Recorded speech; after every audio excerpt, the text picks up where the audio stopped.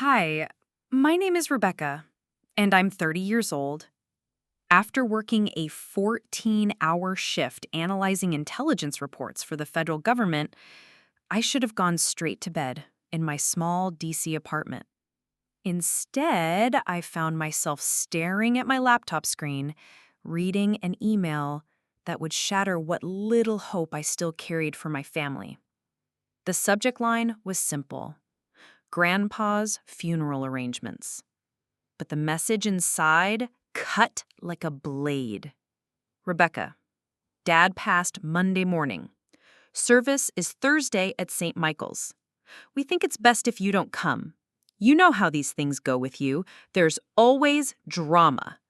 Let us grieve in peace. Mom, before we jump back in, tell us where you're tuning in from. And if this story touches you, make sure you're subscribed because tomorrow I've saved something extra special for you. I read it 3 times, each word sinking deeper. My grandfather, Joaquin Cruz, was dead.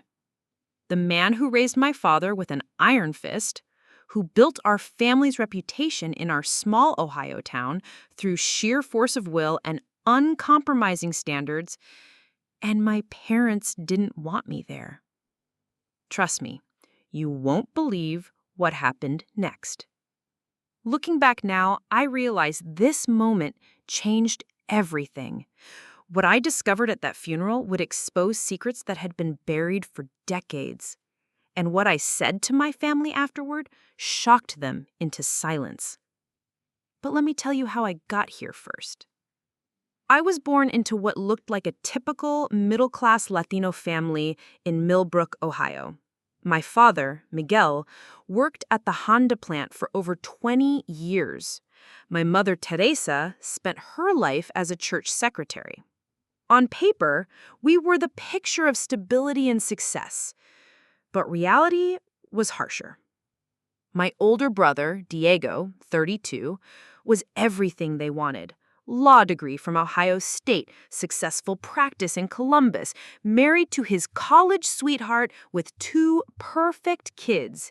Diego was their pride, of their proof that they'd made it in America. Then there was me. From the time I could read their expressions, I knew I would never be Diego. When he brought home straight A's, they threw him a celebration dinner. When I did the same thing, they asked why I couldn't be more like him in other ways, too. At 17, they forgot my birthday entirely, too busy helping Diego prepare for the LSAT. I spent that night alone in my room, waiting for someone to remember. No one did. But the worst wound came that same year, on a cold November evening that would define the rest of my relationship with my family. The house fire started in the basement. I was upstairs studying when I smelled smoke. I screamed for everyone to get out, helped my grandmother down the stairs, and called 911. The fire department said later that my quick thinking saved lives. Half the basement was destroyed, along with family photos and my grandfather's war memorabilia. But somehow, in the chaos and insurance investigations that followed, I became the villain. Maybe because I was the one who found a space heater that had been left running. Maybe because Diego swore he hadn't been down there that day, even though I'd seen him earlier. Maybe because it was easier to blame the family disappointment than to accept it was just an accident. Joaquin never spoke to me the same way after that. Miguel stopped looking me in the eye. Teresa would sigh whenever I entered a room, like my presence was a reminder of everything we'd lost. At 18, I left for college and never really came back. I worked my way through school, built a career in intelligence analysis, carved out a life 400 miles away from their judgment. I called on holidays, sent cards, showed up for graduations and weddings with a smile, but I was always the outsider, always the one who'd brought shame to the Cruz name. Now, staring at that email, I felt that familiar ache in my chest. Even in death, Joaquin's funeral wasn't a place for me. I closed my laptop and walked to my kitchen, pouring myself a glass of wine with shaking hands. Fine. I'd stay in D.C. I'd light a candle for him at the cathedral down the street and call it good. I didn't need their permission to grieve. My phone rang at 11:47 p.m. The caller ID made my heart stop. FBI Director Linda Hayes. My boss's boss's boss. A woman I'd worked with on exactly 3 cases in my 5 years with the Bureau, each time impressed by her sharp mind and no-nonsense approach. Rebecca, I hope I'm not calling too late? No, ma'am, I'm awake. Is everything all right? There was a pause. I need you to do something for me, and I need you to trust that I have good reasons. Your grandfather's funeral is Thursday, correct? My throat tightened. Yes, ma'am, but I wasn't planning to attend. I need you there, Rebecca. There are documents your grandfather left behind. Documents connected to a case we've been working on for 20 years. We need someone there who can identify certain items, someone we trust completely. I sank into my kitchen chair. Ma'am, my family specifically asked me not to come. Your family doesn't understand what's at stake here. Her voice was firm but kind. Rebecca, your grandfather wasn't just a plant worker and war veteran. He was a whistleblower, a good man who carried secrets that could finally bring justice to some very bad people. And he specifically requested that if anything happened to him, we would contact you. The room seemed to tilt. Me? Why me? That's what we need to find out. Can you be there? I thought about that email, about Diego's perfect life, about spending another holiday alone while my family celebrated without me.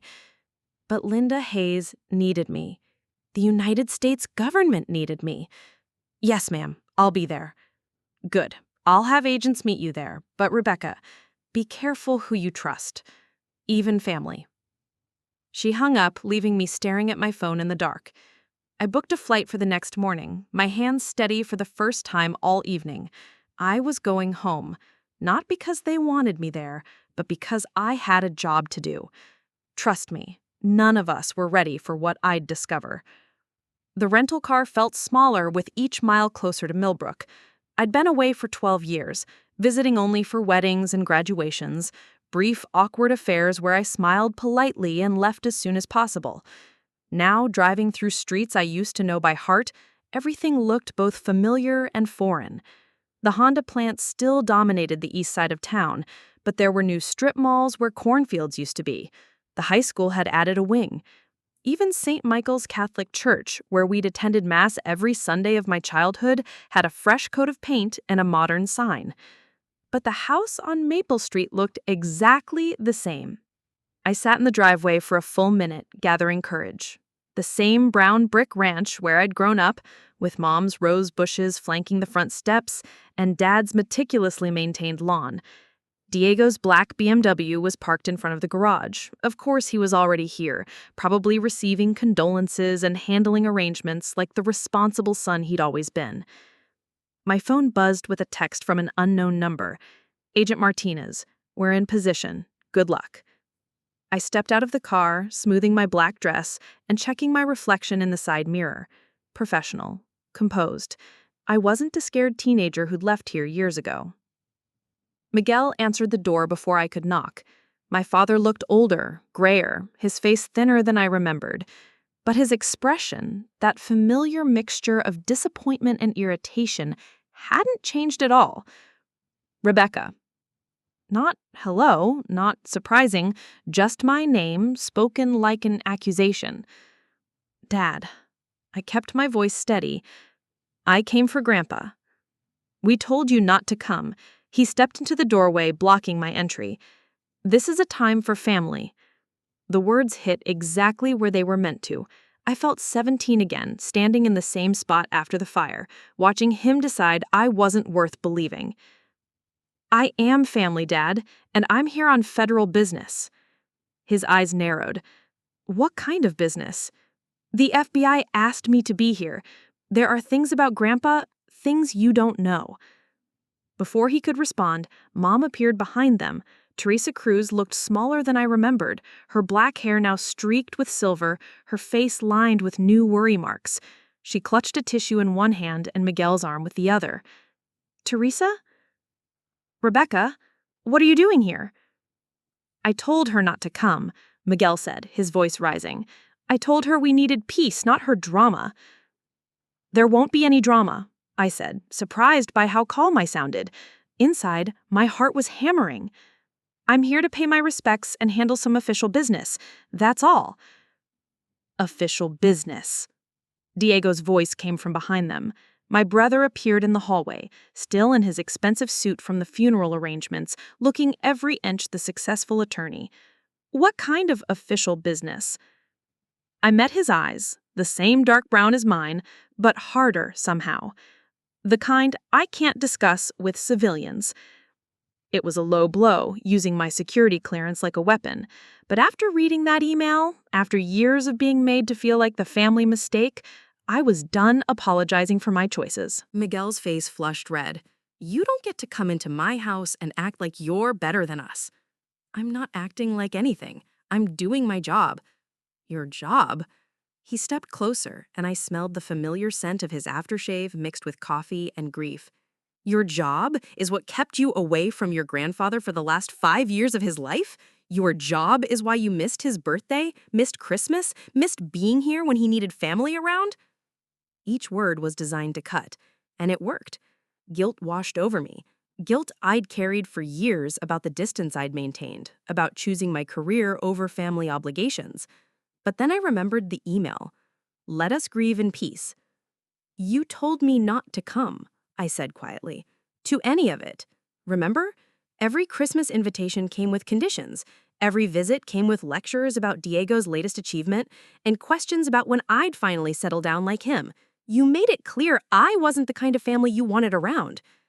Teresa's face crumpled. Rebecca, that's not...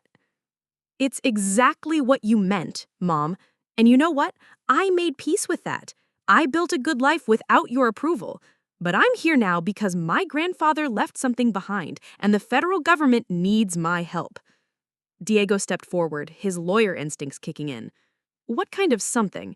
Because if there are legal implications, there are federal implications, I cut him off, which is why I'm here and not you. The silence stretched between us, heavy with years of unspoken resentment. Finally, Miguel shook his head. You can't stay here. I'd expected this, but it still stung. I didn't ask to. Good, because this house is for people who actually cared about him. The cruelty of it took my breath away. After everything, the fire, the blame, the years of exile, he could still find new ways to wound me. I'll be at the Millbrook Inn, I said, my voice steady despite the tears threatening behind my eyes.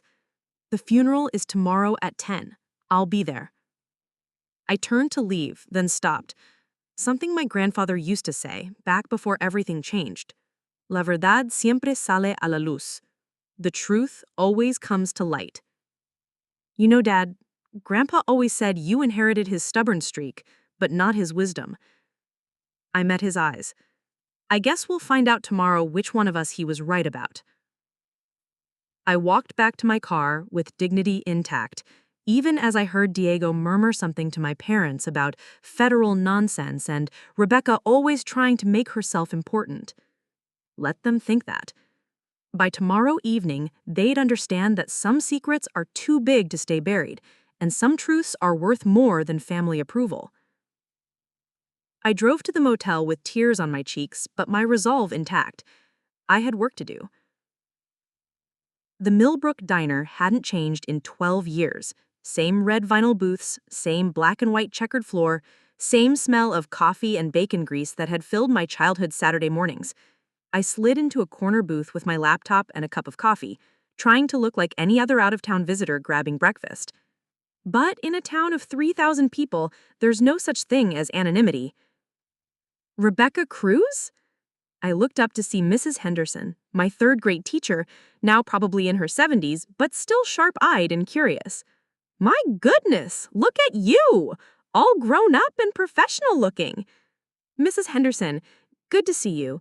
I gestured to the empty seat across from me. Would you like to sit? She glanced around the diner, then leaned in conspiratorially.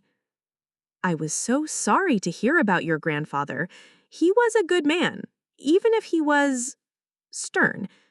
That was the polite way people in Millbrook talked about Joaquin Cruz. Stern, disciplined, old-fashioned, never cruel, never harsh, just stern. Thank you. It's been hard on the family. I'm sure. She paused, studying my face. Though I have to say, I'm surprised to see you here. Word around town was that you weren't coming. Heat flushed my cheeks. Even Mrs. Henderson had heard about my parents' email. Plans changed. Well, I'm glad. A granddaughter should be at her grandfather's funeral, regardless of... She trailed off delicately. Regardless of what? She glanced around again, then lowered her voice. Oh, you know how people talk about the fire, about family disagreements. But I always thought you got a raw deal with all that. My coffee cup froze halfway to my lips. What do you mean? Just that accidents happen, honey, and sometimes it's easier to blame someone than accept that bad things just happen. She patted my hand. Your grandfather knew that too, toward the end. Before I could ask what she meant, she stood up. I'll let you eat in peace, but Rebecca, I'm glad you came home. She walked away, leaving me with more questions than answers. I tried to focus on my laptop, reviewing the sparse file Linda Hayes had sent me about the case. Joaquin Cruz, whistleblower, documents from 1952, a corruption scandal involving federal contracts and local officials. Details classified. Not much to go on. The diner door chimed, and I looked up to see Tom Brennan sliding into the booth across from me. Tom had been Diego's best friend in high school and now ran his father's insurance agency. We'd never been close, but we'd always been friendly. Becky Cruz, damn, it's good to see you. Rebecca, I corrected gently. Good to see you too, Tom. Sorry about your grandpa. Hell of a man. Thank you. Tom signaled the waitress for coffee, then leaned back in his seat. Have to admit, I'm surprised you made it back. Heard through the grapevine that it was going to be family only. I was getting tired of everyone knowing about my parents' rejection. Here I am. Good for you. He paused as the waitress poured his coffee. You know, it's funny timing you're coming back right now. How so? Well, there's been all kinds of talk since your grandpa passed. About money, mostly. He lowered his voice. People saying he had put away more than anyone knew. Way more than a plant worker should have, you know? My attention sharpened. What kind of talk? My dad handled some of his insurance policies over the years. Always paid in cash, always seemed to have more than his pension should have covered. And that house, you know he paid it off in full in 1963? My dad always wondered how. Tom sipped his coffee, clearly enjoying being the bearer of interesting gossip. Plus, there's been some federal guys poking around town the last few days, asking questions at the courthouse, at the bank. Not exactly subtle, if you know what I mean. Federal agents, Linda Hayes' people, getting the lay of the land before tomorrow. Anyway, Tom continued, people are curious. Your grandpa was always private about his business, but now, well, death has a way of bringing secrets to light, doesn't it? La verdad siempre sale a la luz. I wouldn't know anything about that, I lied smoothly. Course not, Tom grinned. But if you did, it'd sure explain why you came back despite everything. He left money on the table and stood up. See you at the service tomorrow, I hope. It should be interesting. After he left, I sat in the diner for another hour, watching the morning crowd cycle through. More familiar faces, more polite condolences, more curious glances. But underneath it all, I sensed something else. Anticipation. Like the whole town was holding its breath, waiting for something to happen. My phone buzzed with a text from Linda Hayes. "Everything in place for tomorrow. Trust your instincts." I finished my coffee and walked outside into the crisp October air. Across the street, Millbrook First National Bank stood solid and unremarkable. But somewhere in that building was a safety deposit box with my grandfather's name on it, and inside that box were secrets that had been waiting 20 years to surface. I drove past my old high school, past the park where Diego and I used to play as kids, past the cemetery where tomorrow we'd lower Joaquin Cruz into the ground. But first, we'd learn who he really was. And maybe, finally, I'd learn why my family had been so eager to make me disappear. He believed in accountability, Diego continued, and I felt several people glance in my direction. He taught us that our actions have consequences, and that we must take responsibility for the choices we make. The word stung, because I knew what he meant. Even here, even now, they were still blaming me for the fire, still making me the cautionary tale in the Cruz family story.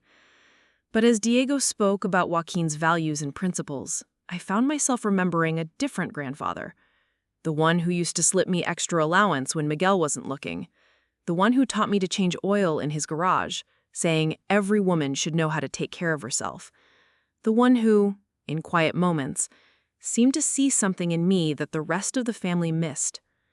Most of all, Diego concluded, he loved his family. Everything he did was for us, to build something lasting we could be proud of. The congregation murmured approval as Diego returned to his seat. Father Daniel stood for his homily, speaking about eternal rest and God's mercy, but I barely heard him. I was thinking about Linda Hayes' words. Your grandfather wasn't just a plant worker and war veteran. He was a whistleblower. What had Joaquin Cruz done that required federal protection? What secrets had he carried for 20 years? And why, out of everyone in this church, had he trusted me to help reveal them? As the service ended and pallbearers, Diego, Miguel, and 4 of Joaquin's old friends from the plant, lifted the casket, I noticed Agent Martinez near the back door. She caught my eye and nodded almost imperceptibly toward the exit. The real story was about to begin. The law office of Patterson and Associates sat on Main Street, in a building that probably had been elegant in 1950, but now just looked tired. I'd driven there separately from the family, needing space to process what was about to happen. According to Agent Martinez, Joaquin had left specific instructions about his will, instructions that involved me. I sat in my rental car for a moment, watching through the large windows as the family gathered inside. Miguel paced near the receptionist's desk, his funeral suit wrinkled from the service and gravesite ceremony. Teresa sat rigidly in a chair, clutching her purse like a lifeline. Diego stood with his wife Sandra, probably calculating inheritance taxes and asset distribution. None of them had spoken to me at the cemetery. When Father Daniel invited the family to throw soil on the casket, I'd stepped forward with the rest of them, but Miguel had positioned himself between us, making it clear I wasn't part of their inner circle of grief. Fine. I was here for federal business anyway. Agent Martinez appeared at my passenger door. Ready? As I'll ever be. Inside, the office smelled like old leather and stronger coffee. James Patterson, Joaquin's lawyer for 30 years, looked exactly like Central Casting would order for a small-town attorney, gray hair, wire-rimmed glasses, and a manner that suggested he'd seen every family drama the county could produce. "Thank you all for coming," he began, settling behind his mahogany desk. "I know this is difficult, so I'll try to keep things straightforward." Miguel shifted impatiently. "Just tell us what Dad left and to whom." Patterson opened a thick folder. "Your father was very specific about his wishes. The house on Maple Street goes to Miguel, along with the primary bank accounts and investment portfolio." Teresa sagged with relief. They'd have security, at least. "Diego, you inherit the workshop tools, the truck, and a substantial educational fund that's been set up for your children." Diego nodded, unsurprised. Joaquin had always planned to take care of the grandchildren's college expenses. "There are also smaller bequests to the church, to some old friends from the plant, Patterson flipped through several pages of legal language. I sat quietly, assuming I'd been left out entirely. It would fit the pattern. However, Patterson continued, there is one additional item. He reached into his desk drawer and pulled out a sealed manila envelope. This was left specifically for Rebecca Cruz. The room went dead silent. Miguel's face flushed red. What do you mean for Rebecca? Your father was very clear. This envelope was to be given to Rebecca and only Rebecca in the event of his death. Diego leaned forward. What's in it? I don't know. It was sealed when he gave it to me 3 years ago, with strict instructions not to open it. Patterson handed me the envelope. My name was written across the front in my grandfather's distinctive handwriting, strong, angular letters that looked like they had been carved rather than written. Inside, my fingers found 2 items, a small brass key and a folded piece of paper. I unfolded the paper, aware that everyone in the room was watching. The note was brief, written in both English and Spanish. Rebecca, you were always the one who asked the right questions. Box 247, First National. Tell them the truth. Lo siento por todo. Abuelo. I'm sorry for everything. My hands trembled as I read it twice. A safety deposit box, an apology, and a grandfather who'd apparently trusted me with something important enough to hide from the rest of the family. What does it say? Miguel demanded. I looked up to find 4 pairs of eyes staring at me expectantly. It's personal. Personal? Diego's lawyer instincts kicked in. Rebecca, if there are assets involved, if there's anything that affects the estate, there's a safety deposit box, I said quietly. He left me the key. Miguel exploded. That's impossible. Dad would never... Why would he leave you anything after what you did? What did I do? The old anger flared in my chest. You mean saving the family from a house fire? You mean causing a house fire that destroyed half our memories? I didn't cause anything. The words came out louder than I intended. I was 17 years old, trying to study for AP exams when I smelled smoke. I got everyone out safely. I called 911. I probably saved your lives. Teresa spoke for the first time since entering the office. Miguel, please, not here. But he wasn't finished. You left that space heater on. You were always careless, always... I never touched that space heater. I wasn't even in the basement that day. Agent Martinez cleared her throat from the corner where she'd been sitting quietly. Perhaps we should continue this discussion privately. Patterson looked confused. Agent? Martinez, FBI. Mr. Cruz's safety deposit box is part of an ongoing federal investigation. You could have heard a pin drop. Diego found his voice first. Federal investigation? Into what? That's classified. Agent Martinez stood up, all business now. Mrs. Cruz, we'll need you to come with us to access the box. Wait just a damn minute, Miguel sighed, rising from his chair. If there's federal money involved, if Dad was hiding assets, Mr. Cruz, I need you to sit down and remain calm. Martinez's voice carried an authority that made even Miguel pause. This investigation doesn't involve hidden assets or tax evasion. Your father was assisting federal law enforcement with a decades-old case. Teresa gasped. While Keene was working with the FBI? For 20 years, Martinez confirmed, and now we need Rebecca's help to finish what he started. I stared at the key in my palm, my grandfather's final gift. An apology, a trust, and apparently a chance to help bring justice to people who'd been waiting 2 decades for it. When do we go? I asked. Now, Martinez said. The bank is expecting us. Miguel stepped toward me, his face a mask of confusion and anger. Rebecca, you can't just...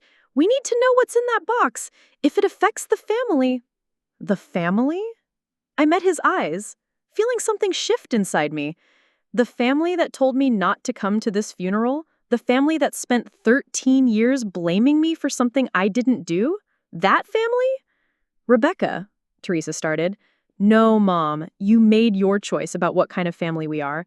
Now I'm making mine. I walked toward the door with Agent Martinez, my grandfather's key feeling like it weighed 10 pounds in my hand. Behind me, I heard Diego call out, This isn't over, Rebecca, if there is anything in that box that affects Dad's estate. I turned back one more time. You know what, Diego? You're right. This isn't over. But it's not about money or inheritance or estate planning. It's about the truth. And apparently, Grandpa thought I was the only one in this family who could handle it. The last thing I saw before walking out was my mother's face, pale and stricken, as she realized that their family's scapegoat might have been chosen for something much more important than they'd ever imagined. First National Bank of Millbrook looked exactly the same as it had when I was 12 and opened my first savings account with birthday money. Same marble floors, same brass fixtures, same portraits of stern-faced bank presidents watching over depositors with disapproving eyes. But today felt different. Today, I walked through those doors with an FBI agent at my side and a key that might unlock 20 years of secrets. The bank manager, Mrs. Chen, greeted us with the careful politeness reserved for federal law enforcement. "Agent Martinez, Miss Cruz, we have the room prepared for you." She led us to a small, windowless room in the basement, lined floor to ceiling with safety deposit boxes. Box 247 was on the far wall, about eye level, a standard-sized metal rectangle that looked completely ordinary. "I'll need to see identification," Mrs. Chen said, following protocol. I handed over my driver's license and the key. Agent Martinez showed her badge. Everything checked out. "Take all the time you need," Mrs. Chen said, retreating to give us privacy. I slid the key into the lock with shaking hands. It turned easily, like it had been waiting for this moment. Inside the narrow metal drawer were several items: a thick manila folder, a smaller wooden box, and what looked like military medals wrapped in tissue paper. Agent Martinez put on latex gloves and carefully removed each item. "Let's see what your grandfather wanted us to find." The manila folder was stuffed with documents, some typed on official letterhead, others handwritten in my grandfather's careful script. Martinez spread them across the small table, and I leaned in to read. The first document was dated 1955, a letter on FBI stationery addressed to Agent J. Cruz. Agent, not citizen. My grandfather had been working with the FBI for almost 70 years. "Jesus," I whispered. Martinez nodded grimly. "Keep reading." The papers told an incredible story.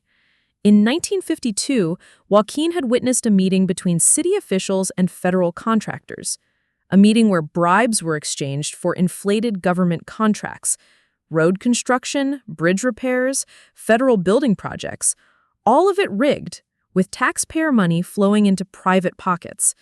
But when Joaquin tried to report what he had seen, he discovered the corruption went deeper than anyone imagined. The local FBI office was compromised. The mayor's office was involved. Even some federal employees were taking money to look the other way. So Joaquin went underground. For decades, he'd been documenting evidence, photographing meetings, recording conversations when possible. All of it carefully cataloged and preserved, waiting for someone trustworthy enough to help bring the truth to light. "This is why they needed you here," Martinez explained. "Your grandfather specified that only family could access his box, but also that only someone with federal security clearance should handle the contents. You were the only person who met both criteria." I picked up one of the photographs, a grainy black and white image showing men in suits shaking hands outside what looked like a construction site. One of the faces was familiar.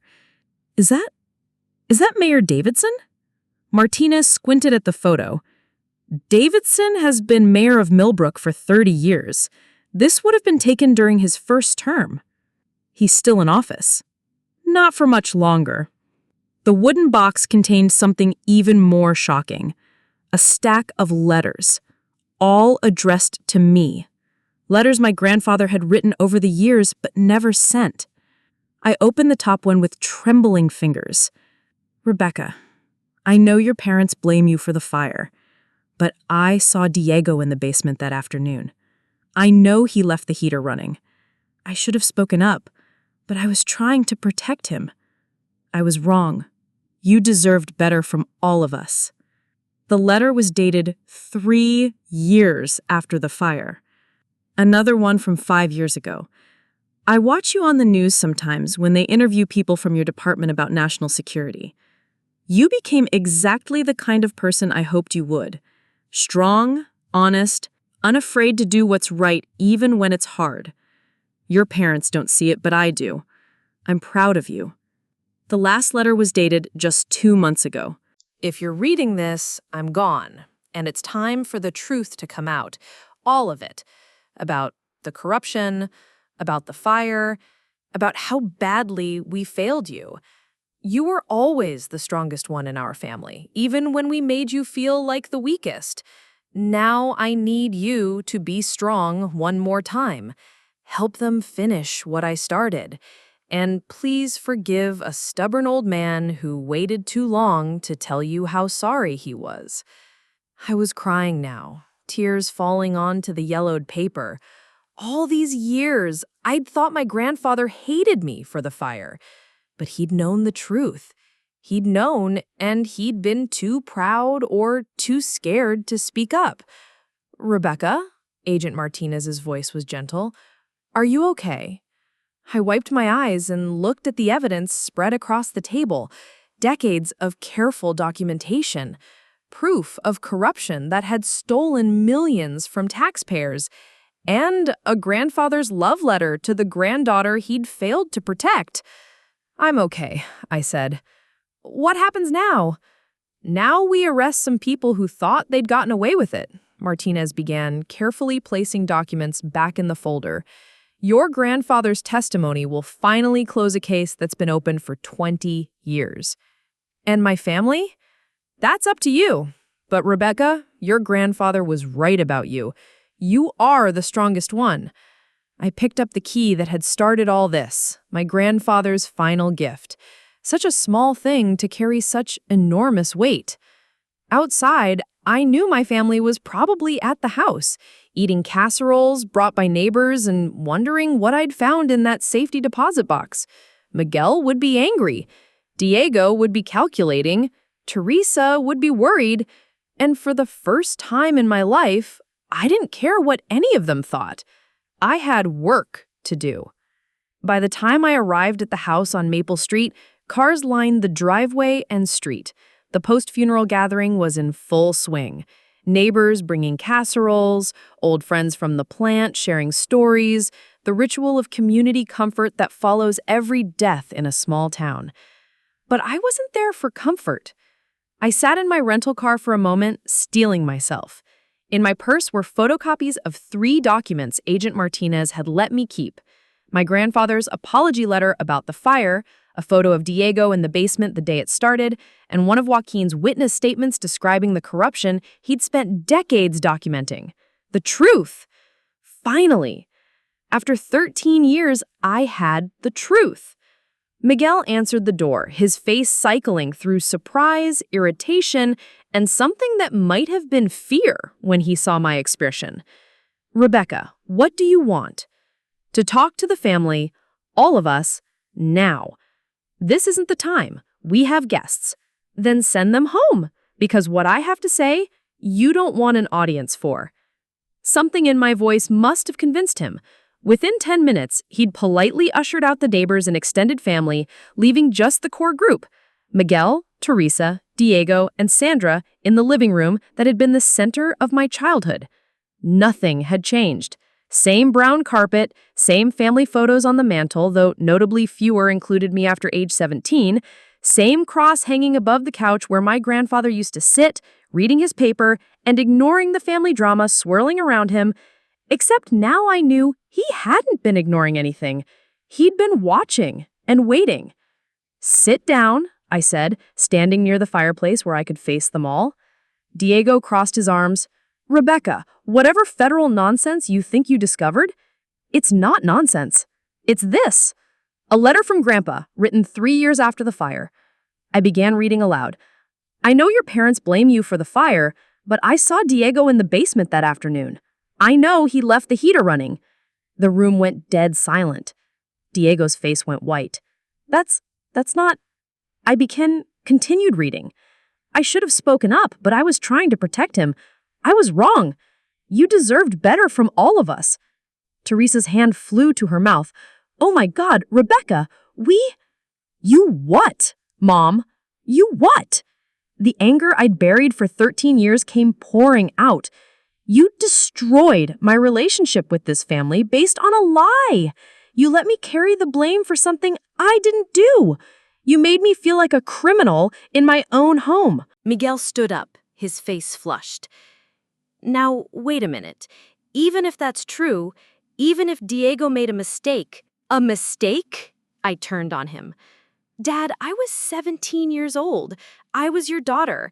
And instead of investigating what actually happened, instead of believing me when I said I didn't touch that heater, you decided I was guilty and spent the next 13 years punishing me for it? Diego finally found his voice. I was going to tell them. I wanted to. But then everyone was so upset and Dad was so angry and I thought it would blow over. You thought wrong. I pulled out the second document, the photograph showing Diego clearly in the basement that afternoon. Grandpa had evidence. He knew you were lying, and he knew you were letting me take the blame. Sandra spoke for the first time. Diego, you never told me. Because I was ashamed. I was 16, I was scared, and I made a stupid mistake. But it was an accident, Rebecca. I never meant for anyone to get hurt. But you meant for me to take the blame. I was a kid. So was I. My voice echoed through the room. But somehow, that didn't matter when it came to protecting me. Teresa was crying now, clutching a tissue. Rebecca, honey, we didn't know.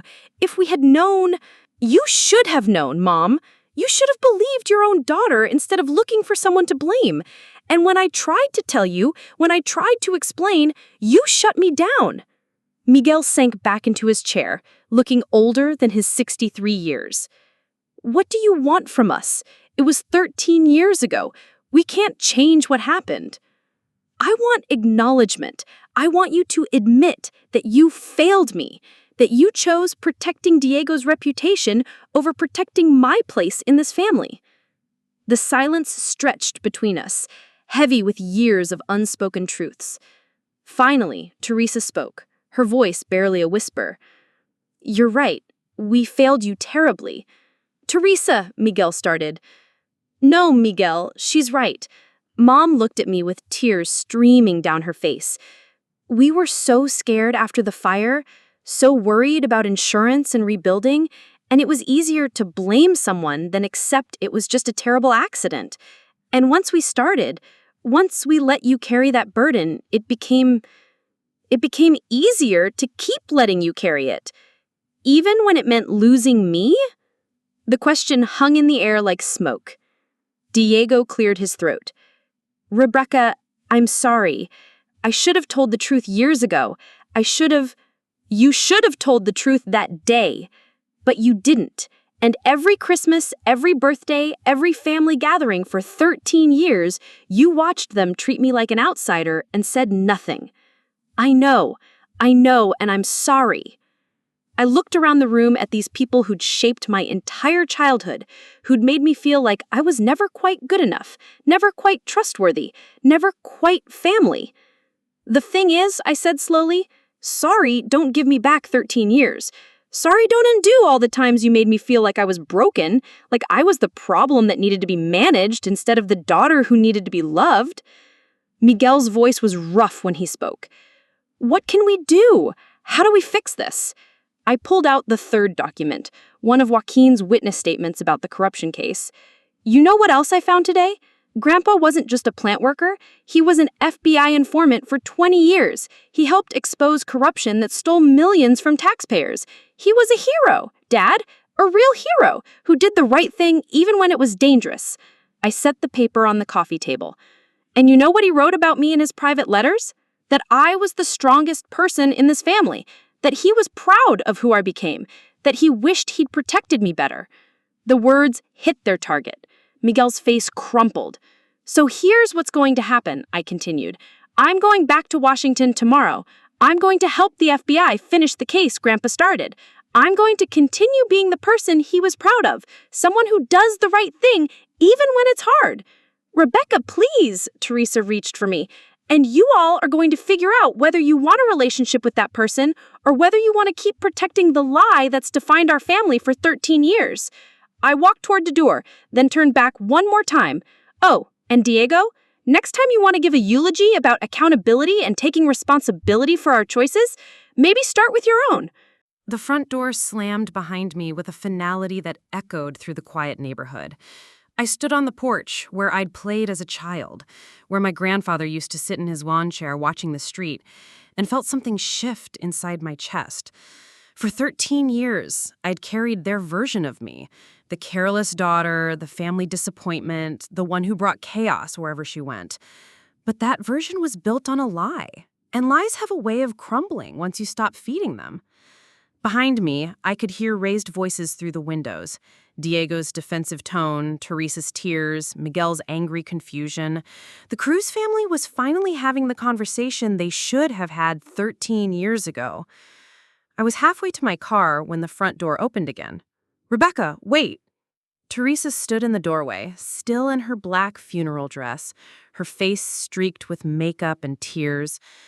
"Please don't leave like this." I turned around slowly.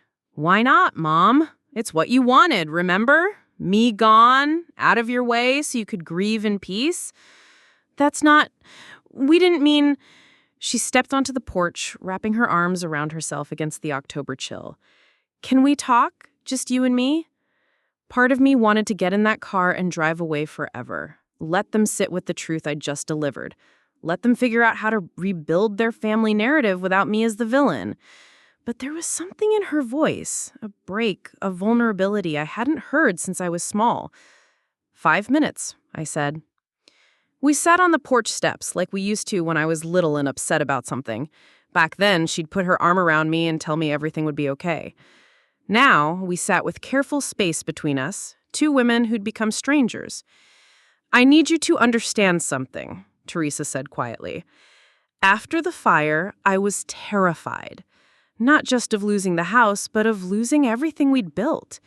Your father worked so hard to give us stability, to make us respectable in this town. And when the insurance investigators started asking questions, when they suggested someone had been careless, you needed someone to blame. We needed it to not be our fault. Not Miguel's fault for not maintaining the electrical better. Not my fault for not watching you kids closer. And when Diego swore he hadn't been in the basement, she trailed off. You chose to believe him over me. We chose to believe the story that kept our family intact, or at least that's what we told ourselves. I watched a neighbor's cat pick its way across the street, thinking about all the times I'd sat on these steps feeling like an outsider in my own home. But it didn't keep our family intact, Mom. It broke us. It broke me. Teresa nodded, tears falling freely now. I know. I've known for years. Every Christmas when you come home and sit at the edge of conversations, every birthday when you smiled but never really laughed, every time you left earlier than you needed to. Then why didn't you say something? Because admitting we were wrong meant admitting we'd wasted years. It meant facing how much we'd hurt you. And the longer it went on, the harder it became to imagine how we could ever make it right. We sat in silence for a moment. Somewhere down the street, someone was burning leaves, and the smoke reminded me of that terrible November day when our lives changed forever. Rebecca, Teresa said finally, I can't give you back those 13 years. I can't undo the damage we did. But I need you to know that losing you has been the worst consequence of that fire. Worse than the insurance problems, worse than the repairs, worse than anything. Then why did you tell me not to come to the funeral? She closed her eyes. Because Miguel was afraid you'd make a scene. Because Diego was worried about how it would look. Because we're all so used to protecting ourselves from difficult truths that it's become automatic. And you? What were you afraid of? I was afraid that seeing you would force me to face how badly I'd failed as your mother. The honesty of it hit me like a physical blow. I'd expected defensiveness, excuses, and attempts to minimize their choices. I hadn't expected this raw acknowledgement of guilt. Mom! No, let me finish. She turned to face me fully. You were right in there. About all of it. We failed you terribly. We chose the easy lie over the hard truth. We chose protecting Diego over protecting you. And we turned you into a stranger in your own family. She reached into her purse and pulled out a folded piece of paper. I wrote this letter 3 weeks ago.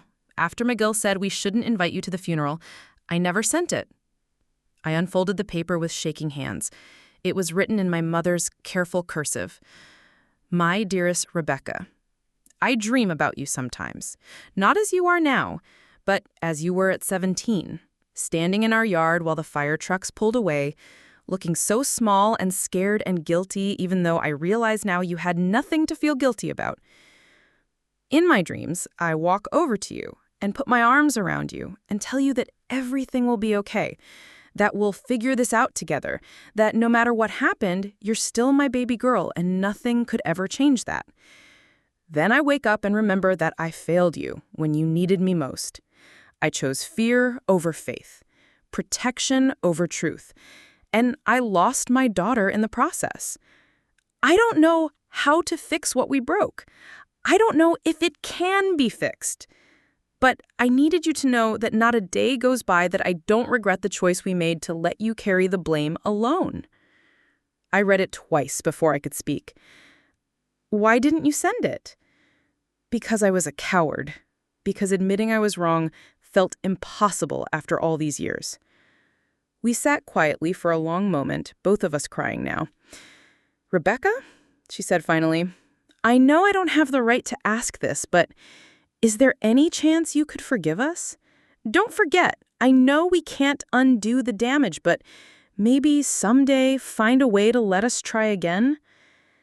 I looked at this woman who'd given birth to me, raised me, and then spent 13 years treating me like a punishment she had to endure. The anger was still there, would probably always be there, but underneath it, I found something else. The exhausted relief of finally being seen. I don't know, Mom. I honestly don't know. That's not a no. It's not a yes either. She nodded, understanding. What happens now? I stood up, brushing off my dress. Now I go back to Washington. I finish helping the FBI with Grandpa's case. I keep building the life I've made for myself. And us? You figure out what kind of family you want to be.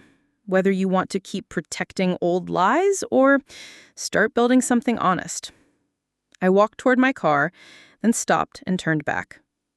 Mom, that letter you wrote, that's the most honest thing you've said to me in 13 years. If you'd sent it 3 weeks ago, this conversation might have gone very differently. She nodded sadly. I'll remember that. Good.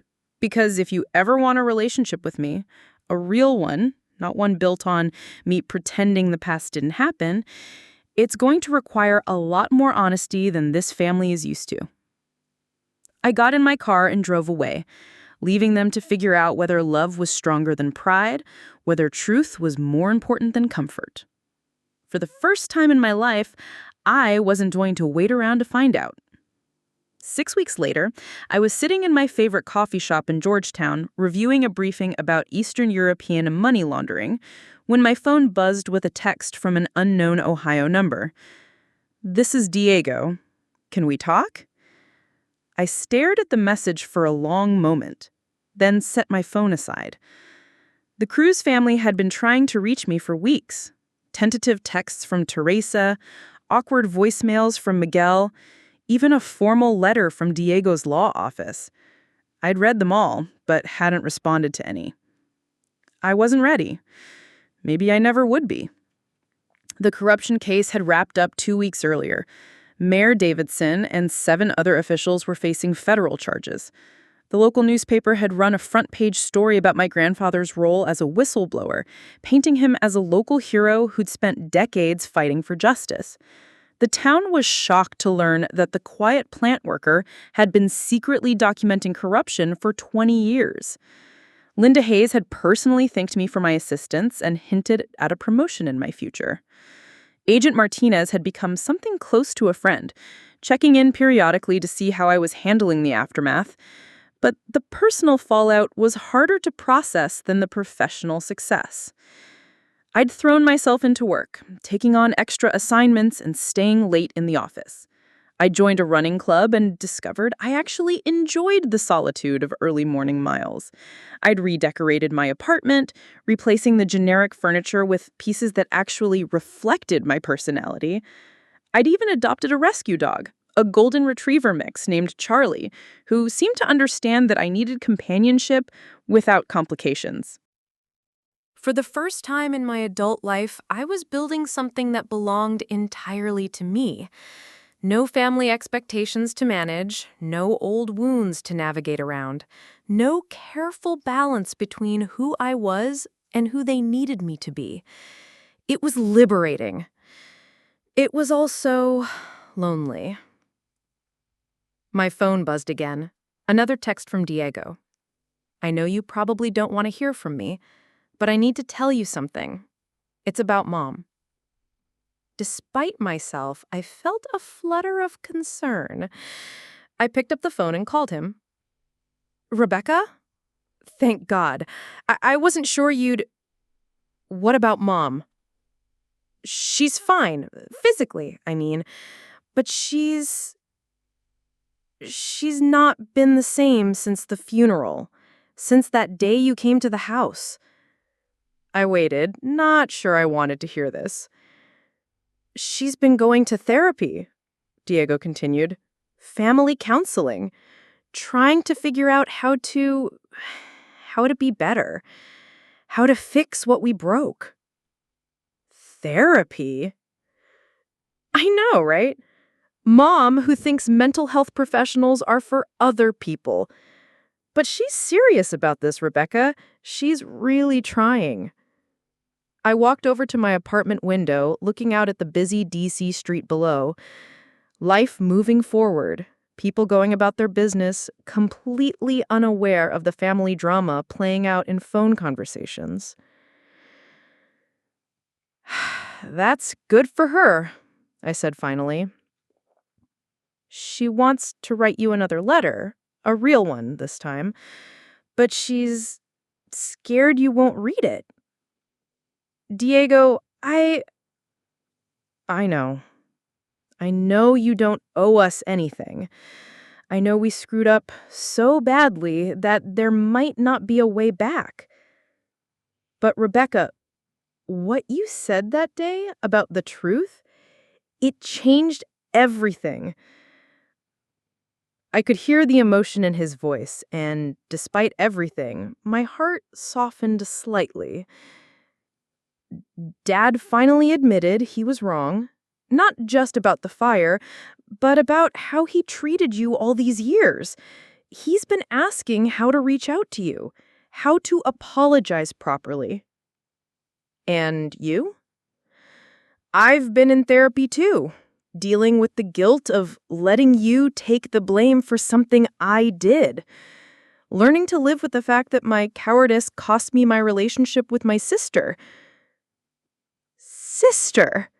He'd called me his sister, not just Rebecca or his father's daughter. Diego, I'm not asking you to forgive us. I'm not even asking you to call us back. I just needed you to know that what you did, coming to that house and forcing us to face the truth, saved our family from continuing to live a lie.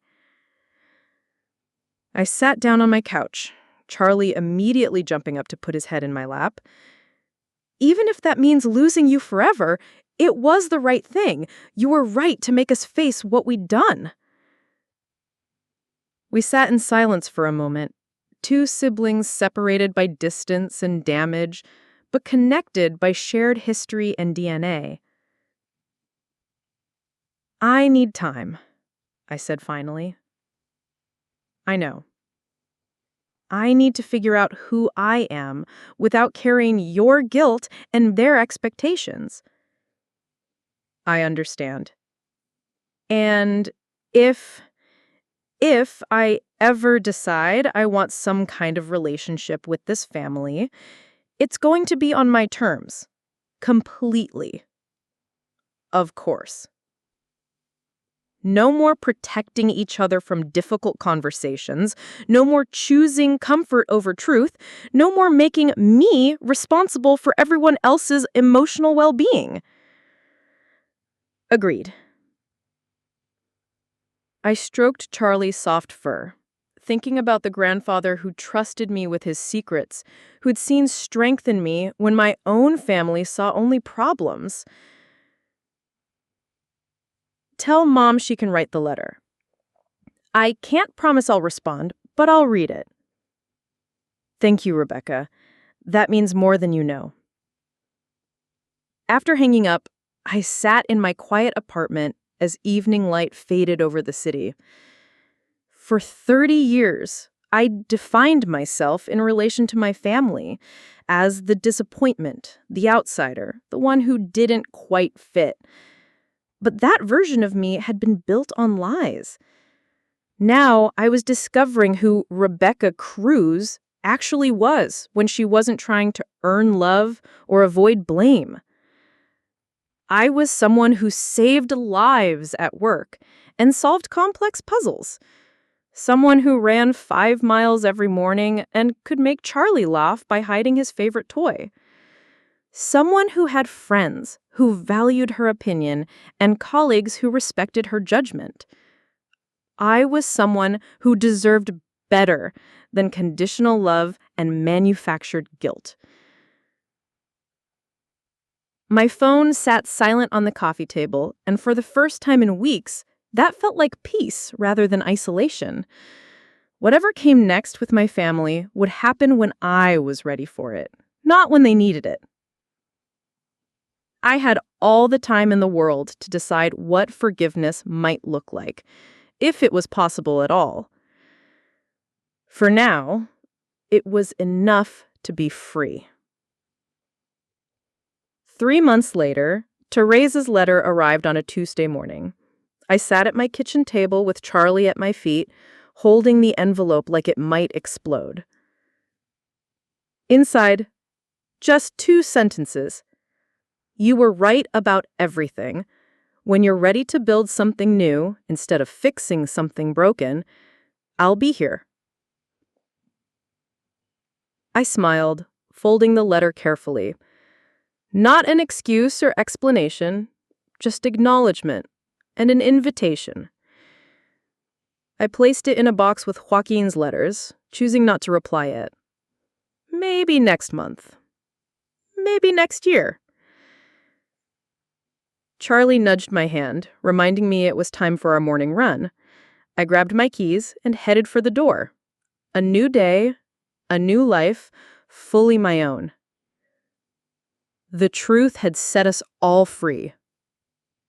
Up next, you've got 2 more standout stories right on your screen. If this one hit the mark, you won't want to pass these up. Just click and check them out. And don't forget to subscribe and turn on the notification bell so you don't miss any upload from us.